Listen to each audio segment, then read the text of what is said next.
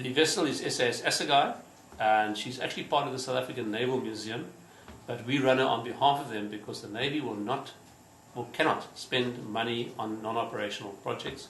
So we well understand it, and we therefore have taken it over from them, and we'll hand it over to them formally once she's ashore and as a shore fitting as part of a complex with the South African Naval Museum and the Simonstown Museum all together, where people can come on a daily basis and walk through her.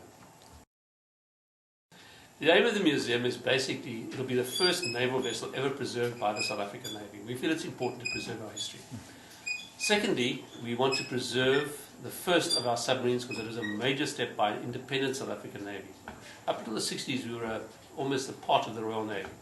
We did their work in the Southern Hemisphere, which was very nice. But this was the first offensive weapon we ever got. Then we're very proud of South African technology. And the South African technology is world-leading in some aspects. And this is the one place where we can preserve it and show the people of South Africa that we can run a highly effective submarine navy. And finally, we feel that the youth of South Africa, the future lies in technology, and they can see it here.